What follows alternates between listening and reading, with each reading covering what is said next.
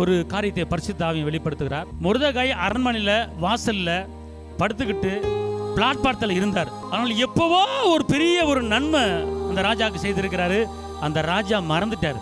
கர்த்தர் மொர்தெகாயை உயர்த்த நினைச்சாரு. அன்று இரவு ராஜாவுக்கு தூக்கம் வரவிடாம ராஜாவை நடக்க வச்சாரு. திடீரென்று ஒரு புஸ்தகத்தை எடுத்து பரட்டும் போது அந்த புஸ்தகத்துல மொர்தெகாய் செய்த நன்மைகள் இருக்கிறது. அதை பார்த்த உடனே ஐயோ, இந்த மொர்தெகாய்க்கு எதுவும் செஞ்சமா செய்யலையான்னு விசாரிக்கும் போது ஒன்னும் செய்யல. உடனே அந்த ராஜா சொல்றாரு, அரண்மனை வாசல உட்கார்ந்து இருக்கிற மொர்தெகாயை தூக்கிட்டு வாங்குறாரு. தூக்கிட்டு வந்து அந்த மொர்தெகாயை ராஜா அந்தஸ்து கொடுத்து அவர் மேன்மையாக்கி மேன்மைப்படுத்துறார். அதே போல நீ எப்பவோ ஒரு இடத்துல ஒரு நன்மை செஞ்சிருக்கிற, அது மறக்கப்பட்டிருக்கிறது, உன் கிரியை மறக்கப்பட்டிருக்கிறது.